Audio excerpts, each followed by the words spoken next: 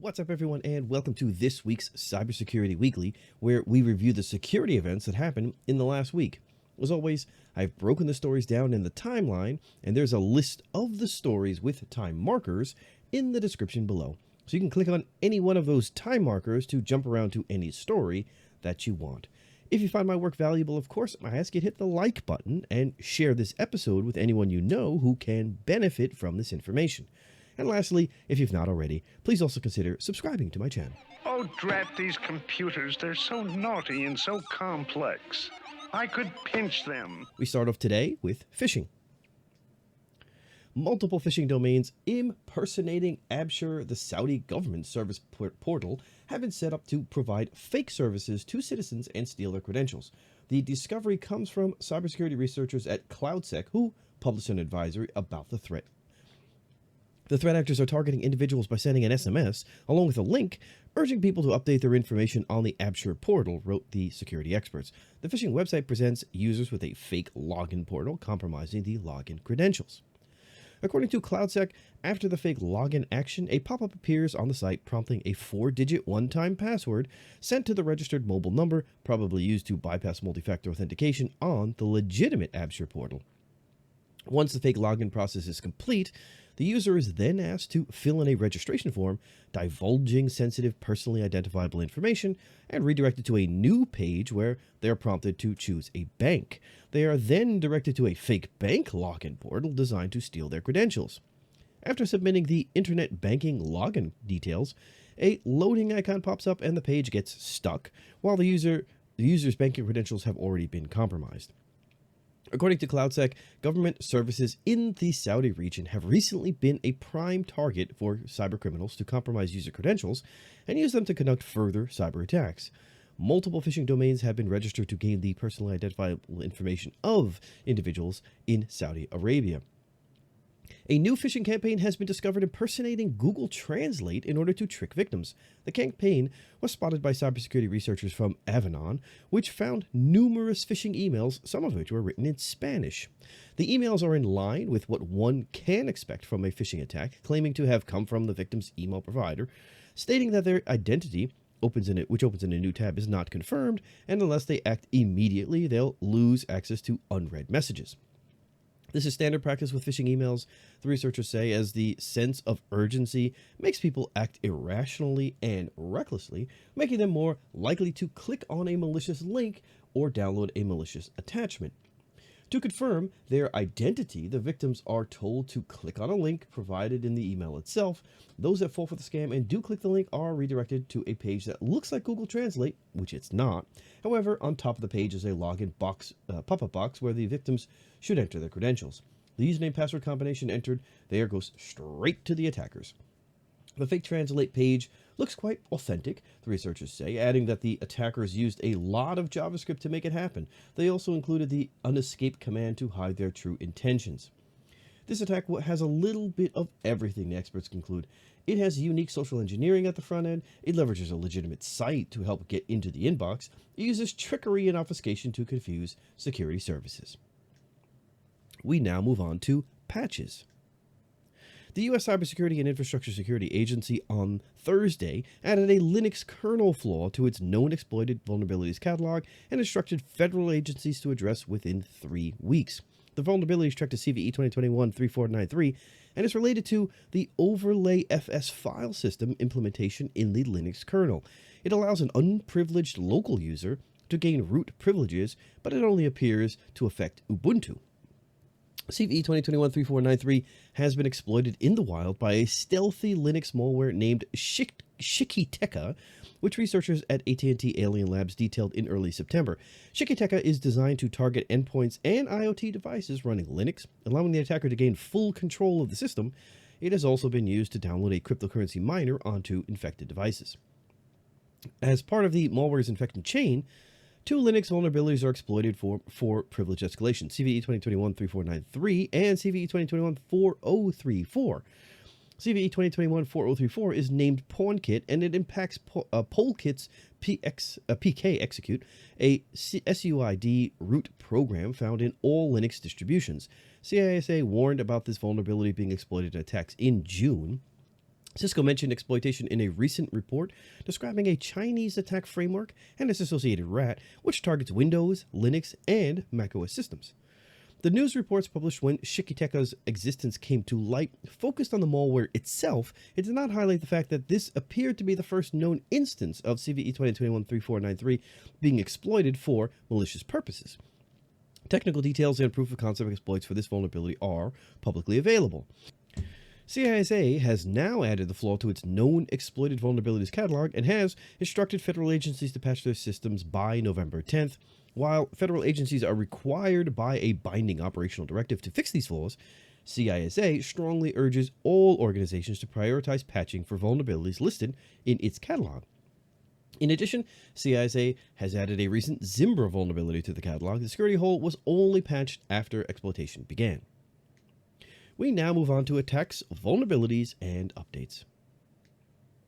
The US-based hospital healthcare system Advocate Aurora Health disclosed a data breach that exposed the personal data of 3 million patients. The company is notifying the impacted individuals.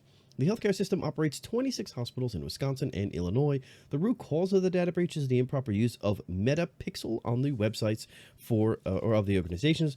The metapixel is a snippet of JavaScript code that allows administrators to track visitor activity on their websites. Privacy experts pointed out that the metapixel code, which is also used by many other hospitals, sends sensitive data to Meta that uses them for marketing purposes.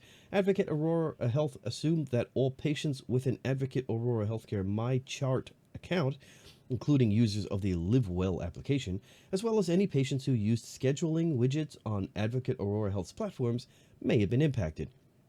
The way users may have been impacted depends on multiple factors, such as their choice of browser, the configuration of their browsers, the management of their cookies, and whether they are Facebook or Google account, or they have Facebook or Google accounts.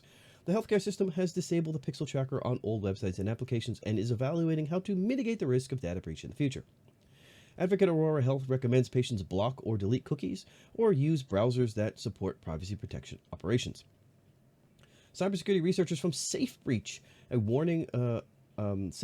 have a warning of a new PowerShell backdoor masqueraded as a Windows update process to avoid detection.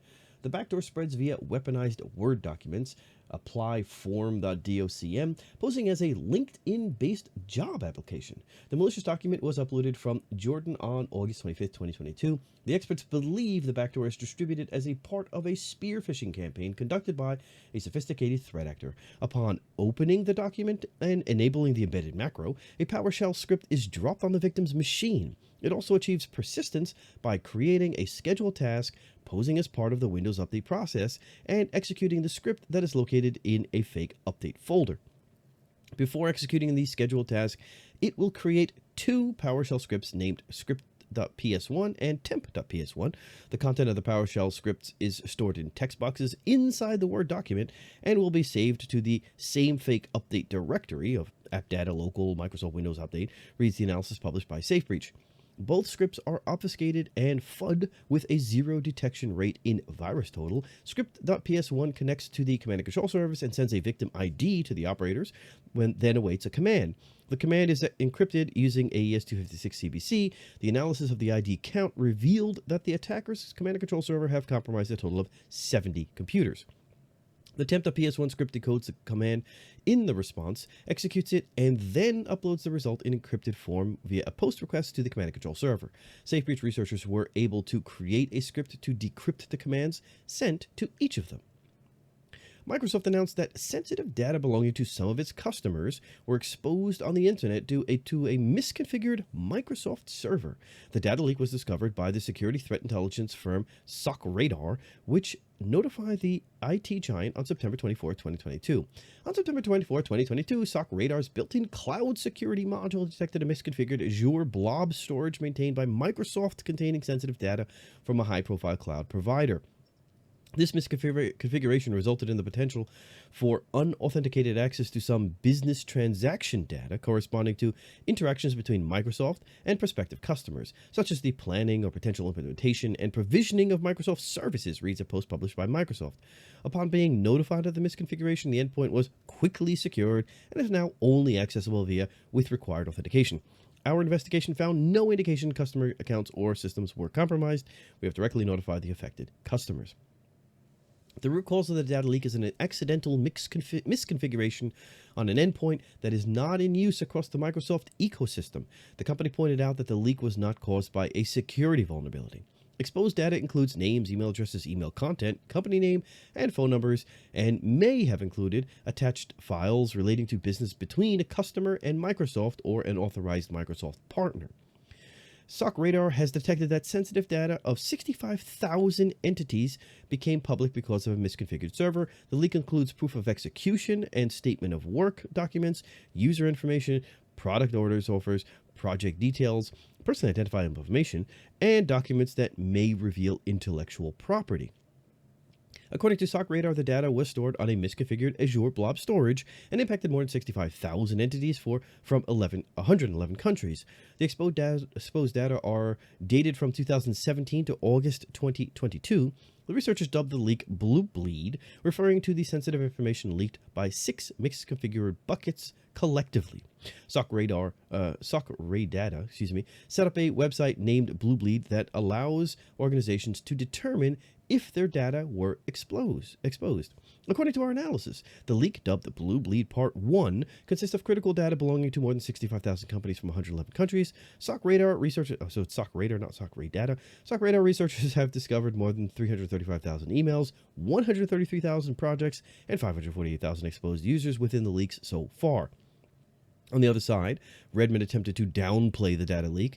It states that SOC Radar greatly exaggerated the scope of this issue and believes that the volume of exposed data is lower.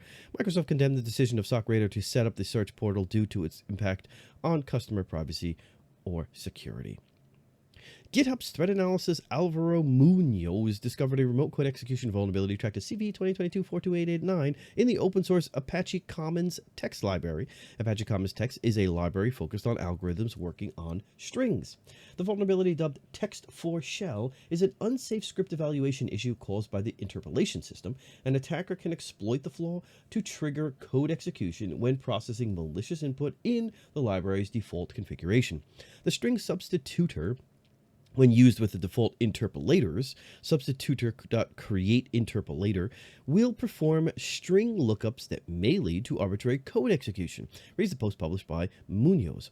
In particular, if untrusted data flows into the string substitutor.replace or string substitutor.replaceIn methods, an attacker will be able to use the script string lookup to trigger arbitrary code execution. The Apache Commons Text relies on the interpolation system to manipulate strings. The developer Gary D. Gregory reported that starting with version 1.5 and continuing through 1.9, the set of default lookup instances includes interpolators that could result in arbitrary code execution or contact with remote servers. These lookups are script, execute expressions using the JVM script execution engine, DNS, resolve DNS records, URL, load values from URLs, including from remote servers. Applications using the interpolation defaults in the affected versions may be vulnerable to remote code execution or unintentional contact with remote servers if untrusted configuration values are used, wrote the developer in the Apache mailing list. The issue was addressed with the release of Apache Commons Text 1.10.0, which disables the problematic interpolators by default. Some experts compared the Log4Shell compared it to Log4Shell since it's an open source library level vulnerability that is likely to impact a wide variety of software applications that use the relevant object. However, initial analysis indicates that this is a bad comparison.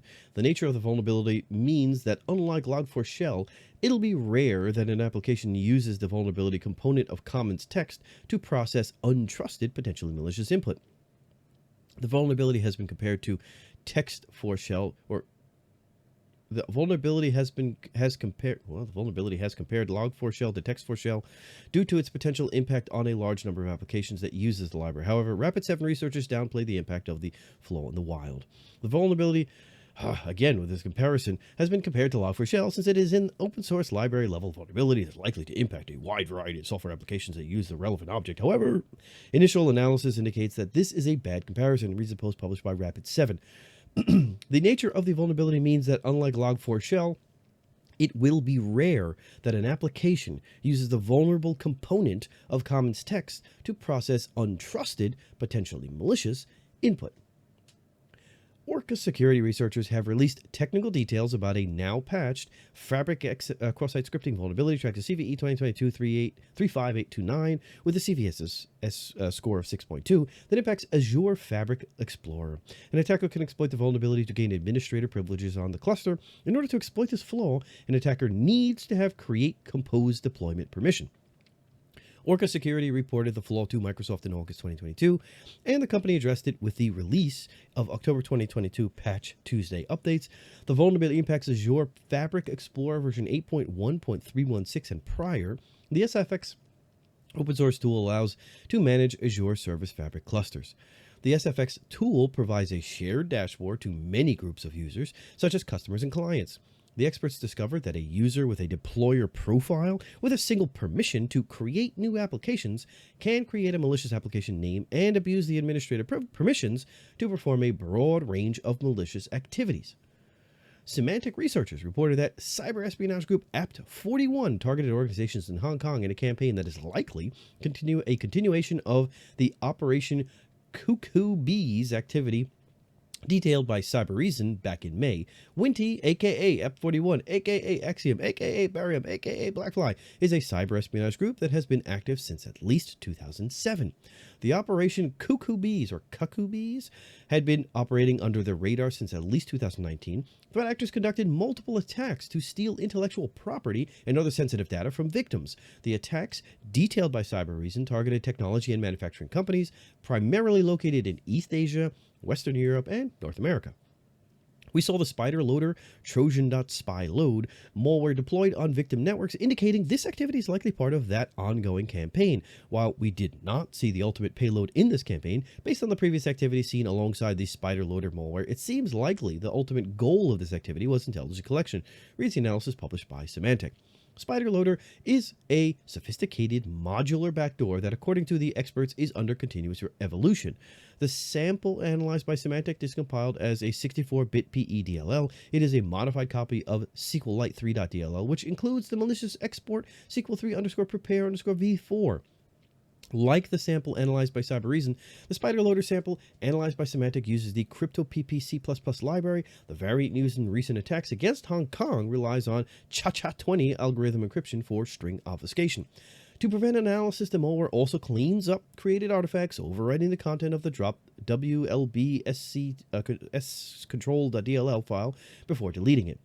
We also saw Mimikatz being executed on victim networks, as well as a Trojanized zlib.dll that had multiple malicious exports, one of which appeared to be waiting for communication from a command and control server, while the other would load a payload from the provided file name in the command line. Help Systems, the company that developed the commercial post-exploitation toolkit Cobalt Strike, addressed a critical remote code execution vulnerability tracked to CVE 2022-42948 in its platform. The company released an out-of-band security update to address the remote code execution issue that can be exploited by an attacker to take control of a targeted system. Certain components with Java Swing will automatically interpret any text as HTML content if it starts with HTML. This can be exploited using an object tag, which in turn can load a malicious payload from a web server, which is then executed by the Cobalt Strike client, reads a post published by Help Systems. Disabling automatic parsing of HTML tags across the entire client was enough to mitigate this behavior. The vulnerability affects Cobalt Strike version 4.7.1 and results from an incomplete patch released in September 20, 2022 to address cross-site scripting vulnerability tracked to CVE 2022-39197.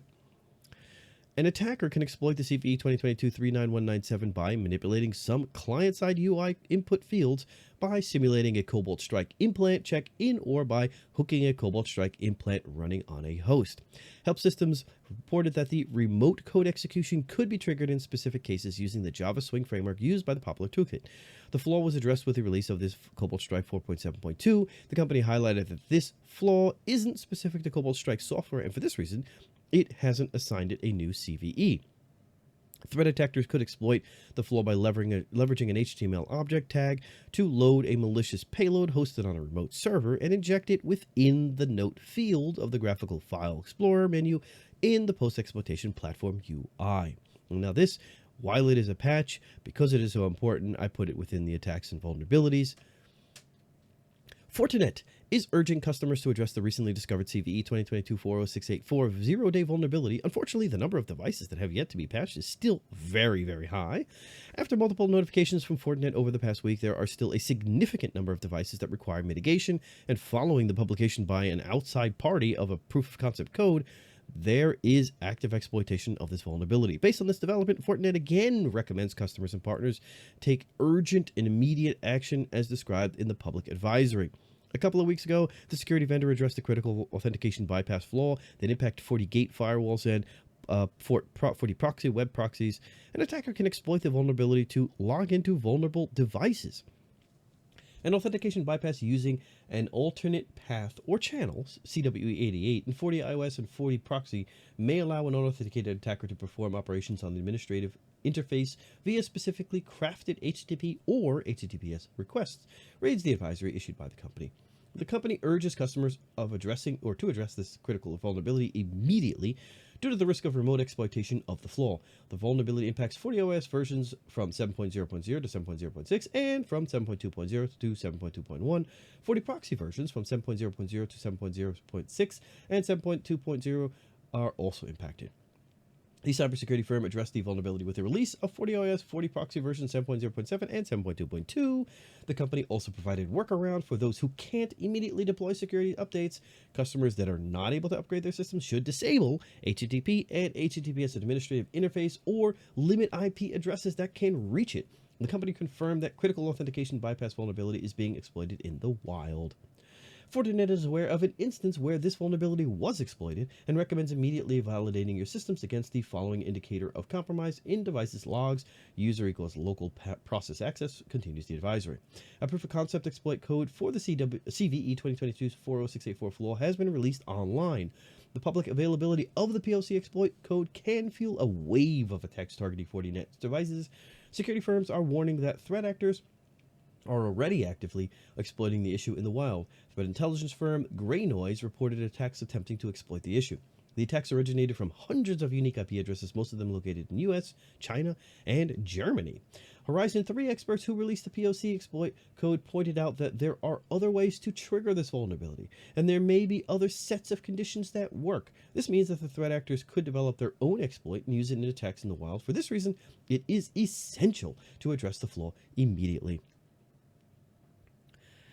Zoom client for meeting for macOS standard and for IT admin is affected by a debugging port misconfiguration. The issue tracked as CVE 2022-28762 received a CVSS severity score of 7.3 when the camera mode rendering context is enabled as part of the Zoom app layers API by running specific Zoom apps. A local debugging port is opened by the client. A local malicious user can exploit the debugging port to connect to and control the apps running in the Zoom client. Zoom client for meetings for macOS standard and for IT admin starting with 5.10.6 and prior to 5.12.0 contains a debugging port misconfiguration. When camera mode rendering context is enabled as part of the Zoom app layers API by running the certain Zoom apps, a local debugging port is opened by the Zoom client, reads the advisory published by the company. A local malicious user could use this debugging port to connect to and control the Zoom apps running in the Zoom client.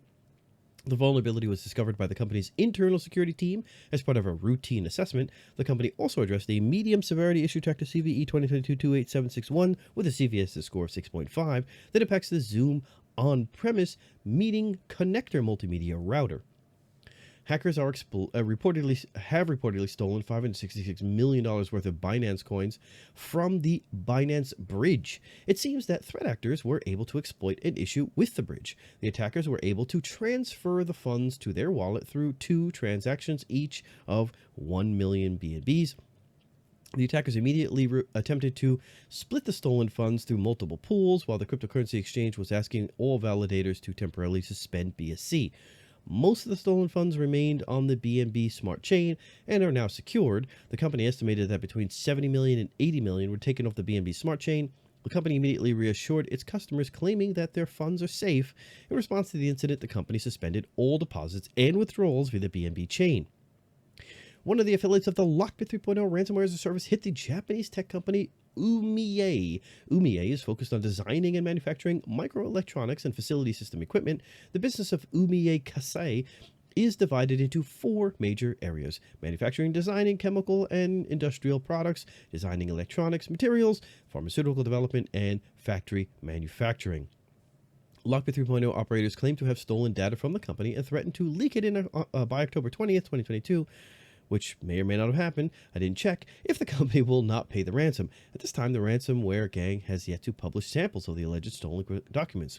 This incident could have a significant impact on third-party organizations because Oomiya is in the supply chain of major organizations worldwide in multiple industries, including manufacturing, semiconductors, automotive, communications, and healthcare. The LockBit affiliates are the most active in this period. Balo's data shared by Darkfeed that demonstrates the malware has hit hundreds of organizations. The infrastructure of government institutions in Bulgaria has been hit by a massive DDoS attack.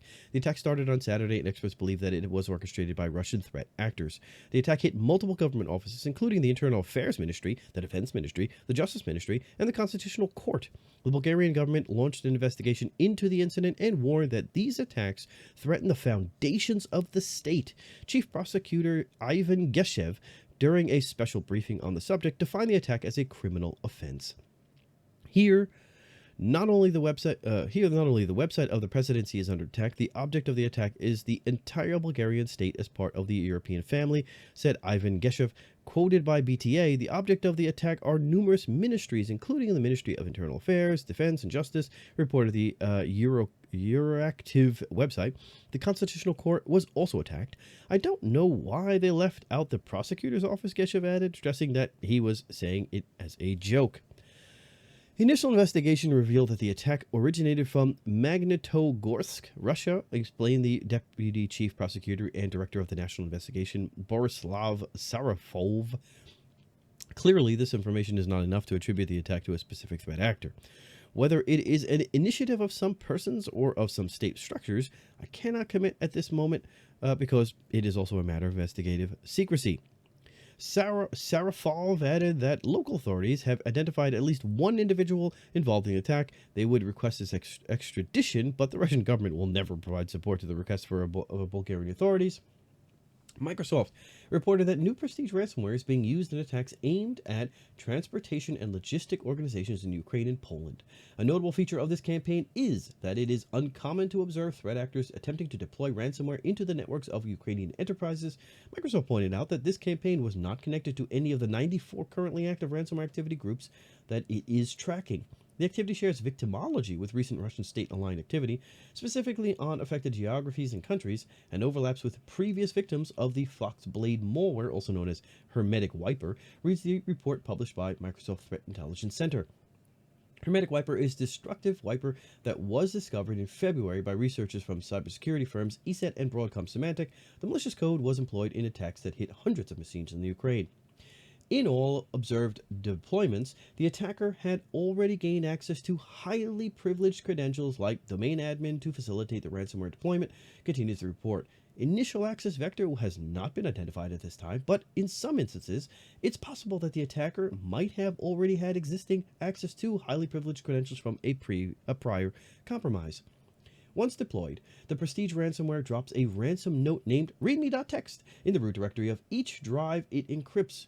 Prestige uses the CryptoPP C++ library to AES encrypt each eligible file. To prevent data recovery, the ransomware deletes the backup catalog from the system.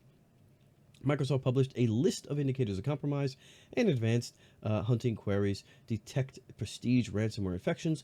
Microsoft will continue to monitor Dev 0960 activity and implement protections for customers, concludes the report. Zscaler researchers discovered a PHP version of an information stealing malware tracked as Ducktail. The malicious code is distributed as free cracked application installers for a variety of applications, including games, Microsoft Office applications, Telegram, and others. Ducktail has been active since 2021. The experts believe it was operated by a Vietnamese threat group. In July 2022, researchers from WithSecure, formerly F-Secure Business, discovered a Ducktail campaign targeting individuals and organizations that operate on Facebook's business and ads platform. The threat actors target individuals and employees that may have access to a Facebook business account. They use an information stealer malware that steals browser cookies and abuse authenticated Facebook sessions to steal information from the victim's Facebook account. The end goal is to hijack Facebook business accounts managed by the victims. The threat actors target individuals with managerial, digital marketing, digital media, and human resources roles in the companies. The attackers connected to the victims through LinkedIn. Some of the samples, observed by the experts, have been hosted on file or cloud hosting services such as Dropbox, iCloud, and MediaFire. Earlier versions observed by WithSecure Labs were based on a binary written using .NET Core with Telegram as a command and control channel to exfiltrate data. Recent analysis published by Zscaler. In August 2022, the Zscaler Threat Labs team saw a new campaign consisting of a new edition of the Ducktail InfoStealer with new TTPs, like older versions .NET Core. The latest version, PHP, also aims to exfiltrate sensitive information related to saved browser credentials, Facebook account information, etc. In this campaign, the threat actors employed a new website to host data. The data are stored in JSON format and are used to perform stealing activities.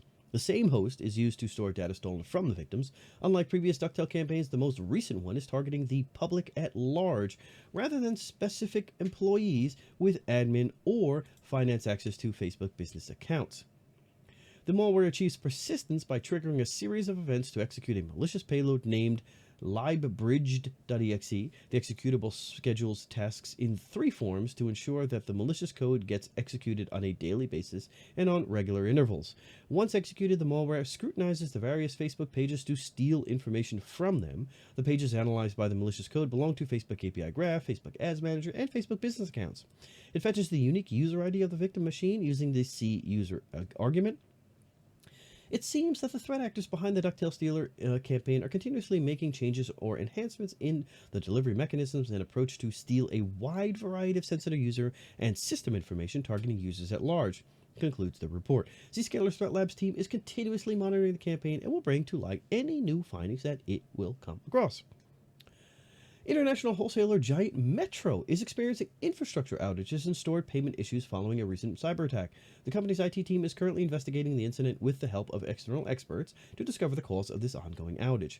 Metro and Macro is currently experiencing a partial IT infrastructure outage of several technical services, the wholesaler revealed in a note on its website. Metro's IT team has immediately started a thorough investigation together with external experts to identify the cause of the interruption of services.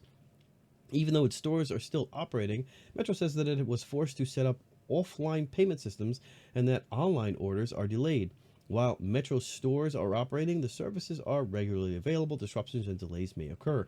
The company said online orders through the web app and online store are being processed, but delays need to be expected.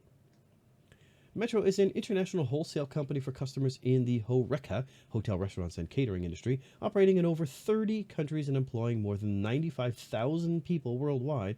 It operated 661 wholesale stores as of September 30, 2022, under the Metro and Macro brands. At the moment, the company shared no information on the nature of this cyber attack, but IT infrastructure outages are usually linked to ransomware attacks. We will continue intensive analysis and monitoring and provide updates as required. Metro sincerely apologizes for any inconvenience the incident is causing for any of its customers and business partners. Security researchers observed malicious campaigns leveraging a critical vulnerability in VM Workspace 1 access to deliver various malware, including the RAR1 ransom tool that locks files in password-protected archives. The issue leveraged in the attacks is CVE 2022-22954, a remote code execution bug triggered through server-side template injection.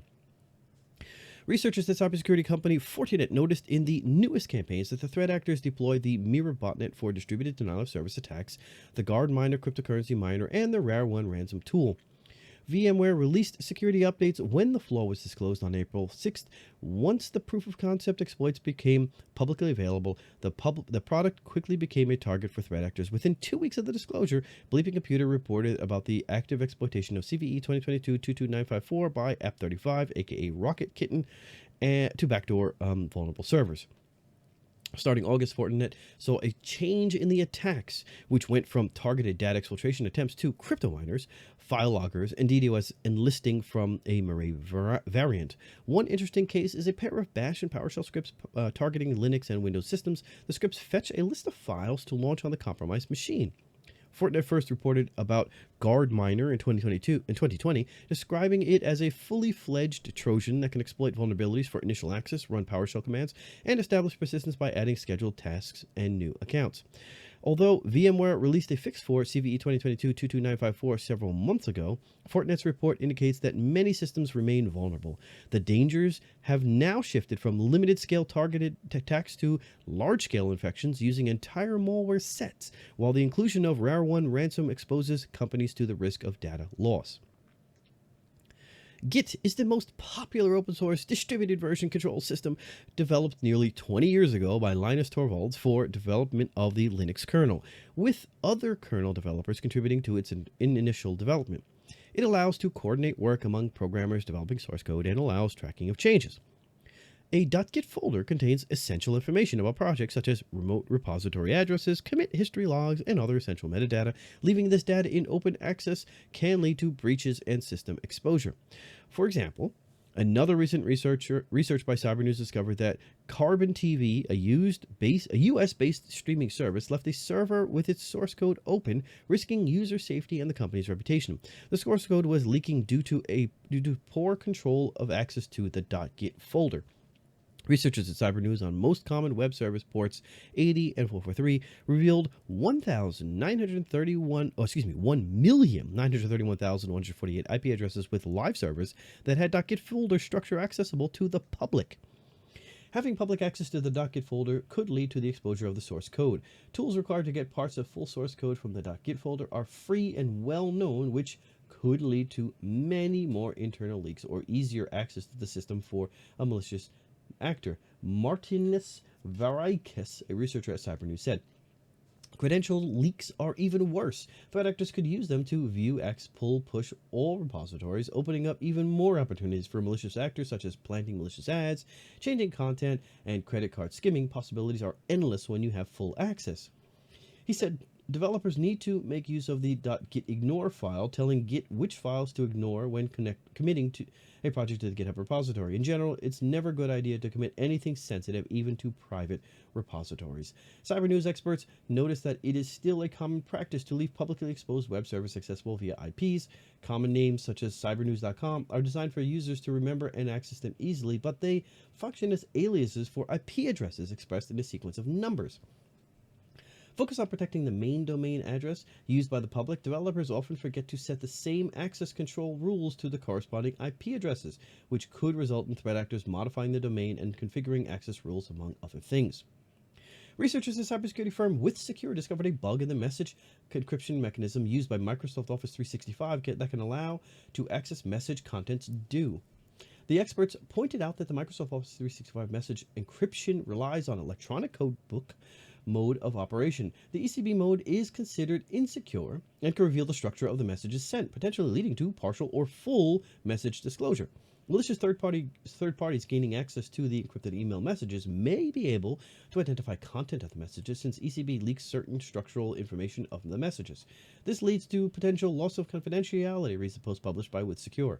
Since the encrypted messages are sent as a regular email attachment, the messages sent may be stored in various email systems and may have been intercepted by any party between the sender and the recipient. An attacker with a large database of messages may infer their content or parts of it by analyzing relative locations of repeated sections of the intercepted messages.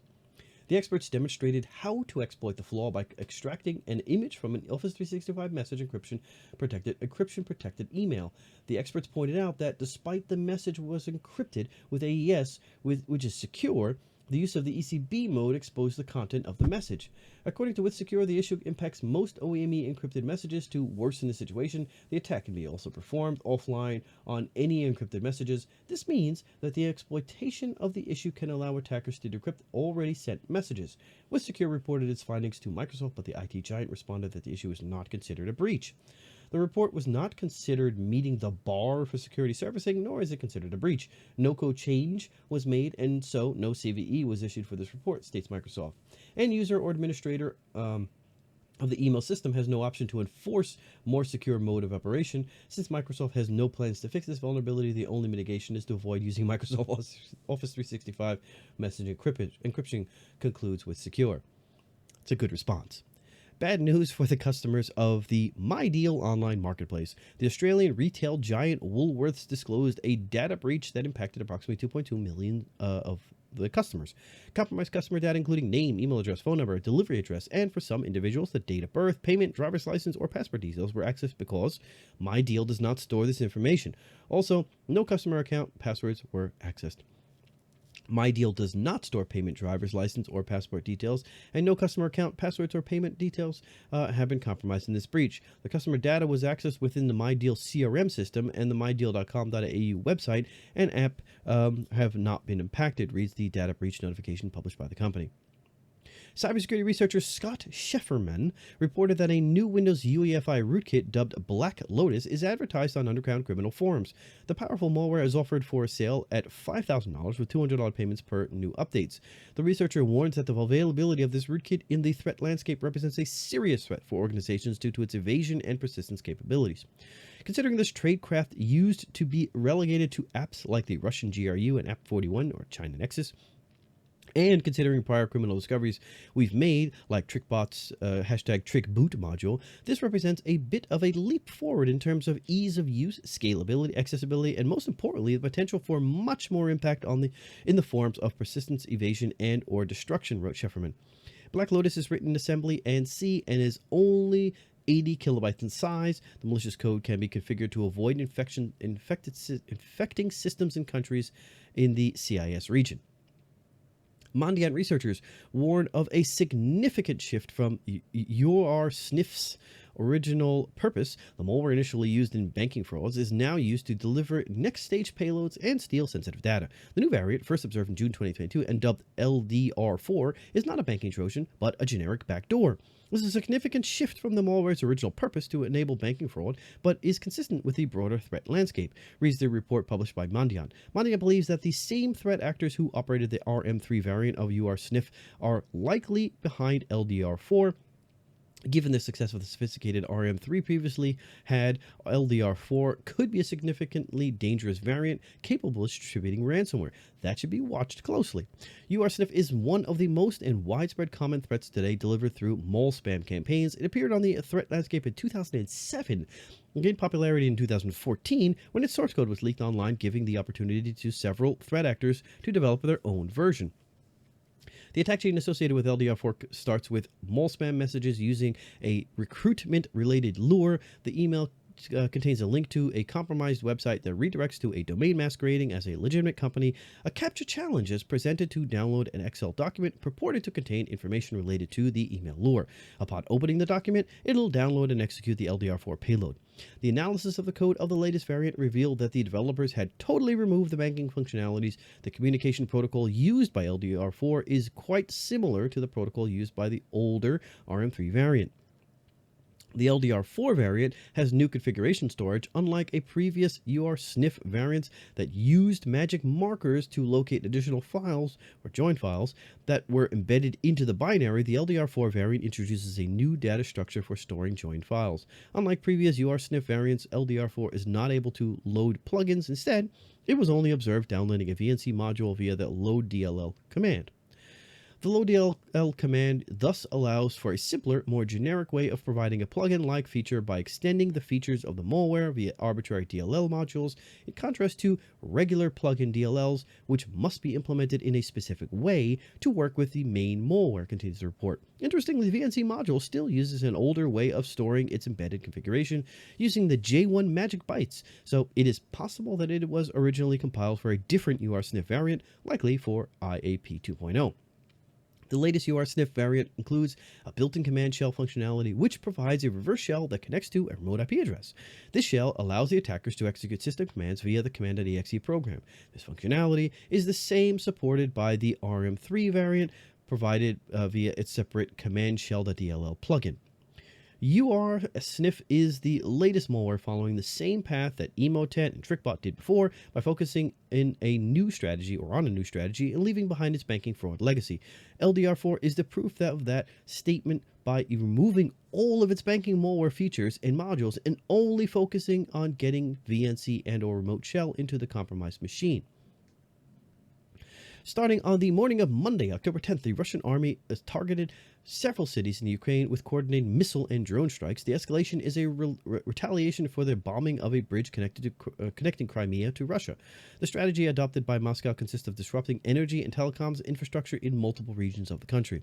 Network data show major sustained impacts to infrastructure across much of the Ukraine after a series of reprisal attacks by Russia. Energy facilities have been targeted per President's office, reported the observatory. Following rapid repair efforts, much of the lost connection was restored by Tuesday. Regions around cities Kharkiv, Sumy, Lviv, Zaporizhzhia that were the targets of the attacks were heavily impacted. Network connectivity was observed to fall to 81% of ordinary levels in Kyiv city after the Russian attacks on the infrastructure. Hey, we're almost done. We're now moving on to other security news. The French authorities, in cooperation with their Spanish and Latvian peers and with the support of Europol and Eurojust, have dismantled a cybercrime organization specializing in the theft of cars by hacking key fobs. The criminals targeted vehicles with keyless entry and start systems, exploiting the technology to get into the car and drive away, reads the press release published by Europol. As a result of the coordinated action carried out on 10th of October in 3 countries involved, 31 suspects were arrested, a total of 22 locations were searched, and over €1,098,500 in criminal assets seized. The police operation took place on October 10, 2022. Arrested suspects are from across 22 locations in 3 regions. The gang was composed of software developers, resellers, and car thieves who used the tool created by the gang to steal vehicles. The crooks targeted keyless vehicles manufactured by 2 French car manufacturers. The criminals used the tool, marketed as an automotive diagnostic solution, to replace the original software of the vehicles. The suspects allegedly produced and used fraudulent software to steal vehicles by duplicating the vehicle's ignition keys. Marketed as an automotive diagnostic solution, the tool was able to replace the original software of the targeted vehicles without respecting the protocol and without the original key, reads the announcement published by Eurojust. The perpetrators of the scam kept updating and adapting their software to counteract the measures implemented by companies to reinforce the security of their vehicles. Investigation was initiated by the French Gendarmerie's Cybercrime Center, or C3N, and was carried out with the financial support of the European Multidisciplinary Platform Against Criminal Threats, IMPACT, and the Internal Security Fund, SWORD. The U.S. Cybersecurity Infrastructure Security Agency this week added a Linux kernel vulnerability that we heard about like 30 minutes ago, tracked to CVE 2021-3493, to its known exploited vulnerabilities catalog. According to the Binding Operation Directive BOD 2201, reducing the significant risk of known exploitable vulnerabilities, FCEB agencies have to address the identified vulnerabilities by the due date to protect their networks against attacks exploiting the flaws in the catalog. Experts recommend as private organizations review the catalog and address the vulnerabilities in their infrastructure. CVE 2021-3493 is a Linux kernel privilege escalation vulnerability. The overlay FS stacking file system in Linux kernel does not properly validate the application of file capabilities against user namespaces, which could lead to privilege escalation. In September, researchers from AT&T and Lean Labs discovered a new piece of a stealthy Linux malware dubbed Shikiteka that targets endpoints and IoT devices. The Shikiteka infection chain leverages 2 Linux vulnerabilities for privilege escalation. This is CV 2021-34943 and CV 2021-4034, or aka PawnKit. Google last week launched a new project named Graph for understanding artifact composition, which aims at securing the software supply chain. The IT giant is seeking continuous contributors to the new project. Guac or Graph for understanding artifact composition. Guac would probably be a better name, right? Funnier name, is in the early stages, yet is poised to change how the industry understands software supply chains. Guac, I'm going to call it Guac from now. Guac addresses a need created by the burgeoning efforts across the ecosystem to generate software build, security, and dependency metadata, reads the post published by Google. Guac is meant to democratize the availability of this security information by making it freely accessible and useful for every organization, not just those with enterprise scale security and IT funding. Software supply chain attacks could have devastating consequences. They are more sophisticated to range from an attacker's point of view, but are very stealthy and can allow targeting a wide audience. Log4Shell and SolarWinds attacks have demonstrated the effect of software supply chain attacks. Guac aggregates metadata from different sources, including databases of vulnerabilities, SLSA, supply chain levels for software artifacts, and software bills of materials, SBOM. Guac aggregates software security metadata into a high fidelity graph database that can be queried to drive higher level organizational outcomes such as audit, policy, risk management, and even developer assistance. The analysis of the results of such queries can allow organizations to audit processes related to the software supply chain and analyze the cyber risk. According to the IT giant, Guac occupies the aggregation and synthesis layer of the software supply chain transparency logical model. Guac has 4 major areas of functionality, including metadata collection from a variety of sources, ingestion of data or artifacts, resources, vulnerabilities, and more, data collection into a coherent graph, and user query for metadata attached to entities within the graph. The project is still in its early stages. The proof of concept released by Google can ingest SLSA, SBOM, and scorecard documents and support simple queries and exploration of software metadata. In the future, the company plans to add new document types for ingestion.